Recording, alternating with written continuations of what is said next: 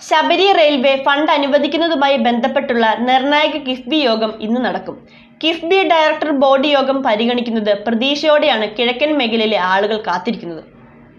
Angamaly Sabari railway പദ്ധതിയുടെ ധനസഹായ proposal ഇന്ന് ചേരുന്ന കിഫ്ബി ഡയറക്ടർ ബോർഡ് യോഗം പരിഗണിക്കുന്നത് പ്രതീക്ഷയോടെ കാത്തിരിക്കുകയാണ് കിഴക്കൻ മേഖല.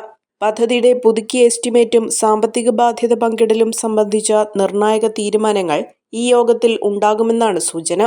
കേന്ദ്ര സംസ്ഥാന സർക്കാരുകൾ തമ്മിലുള്ള തർക്കങ്ങൾക്കും സാങ്കേതിക തടസ്സങ്ങൾക്കുമൊടുവിൽ പദ്ധതിയുടെ പകുതി ചെലവ് സംസ്ഥാനം വഹിക്കാമെന്ന ധാരണയിലാണ് നിലവിൽ കാര്യങ്ങൾ നീങ്ങുന്നത്. കിഫ്ബി വഴി ഈ തുക ലഭ്യമാക്കുന്നതോടെ പദ്ധതിയുടെ നിർമ്മാണ പ്രവർത്തനങ്ങൾ വേഗത്തിലാക്കാൻ സാധിക്കും. ഏകദേശം 3800 കോടിയിലധികം രൂപ ചെലവ് പ്രതീക്ഷിക്കുന്ന പദ്ധതിയുടെ പകുതി തുക കേരളം കിഫ്ബി വഴി എങ്ങനെ സമാഹരിക്കുമെന്നതിൽ കിഫ്ബി യോഗത്തിൽ വ്യക്തത വരും.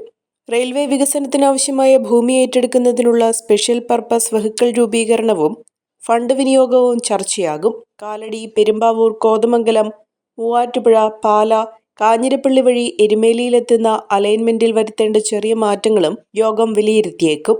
ശബരിപാതയുമായി ബന്ധപ്പെട്ട് സംസ്ഥാന സർക്കാർ പകുതി തുക വഹിക്കുമെന്ന് പ്രഖ്യാപിച്ചിട്ടുണ്ടെങ്കിലും ഇത് തെരഞ്ഞെടുപ്പ് ലക്ഷ്യമിട്ടുള്ള പ്രഖ്യാപനം മാത്രമാണെന്ന് ആക്ഷേപം ഉയരുന്നതിനിടയിലാണ് കിഫ്ബി യോഗം നടക്കുന്നത്.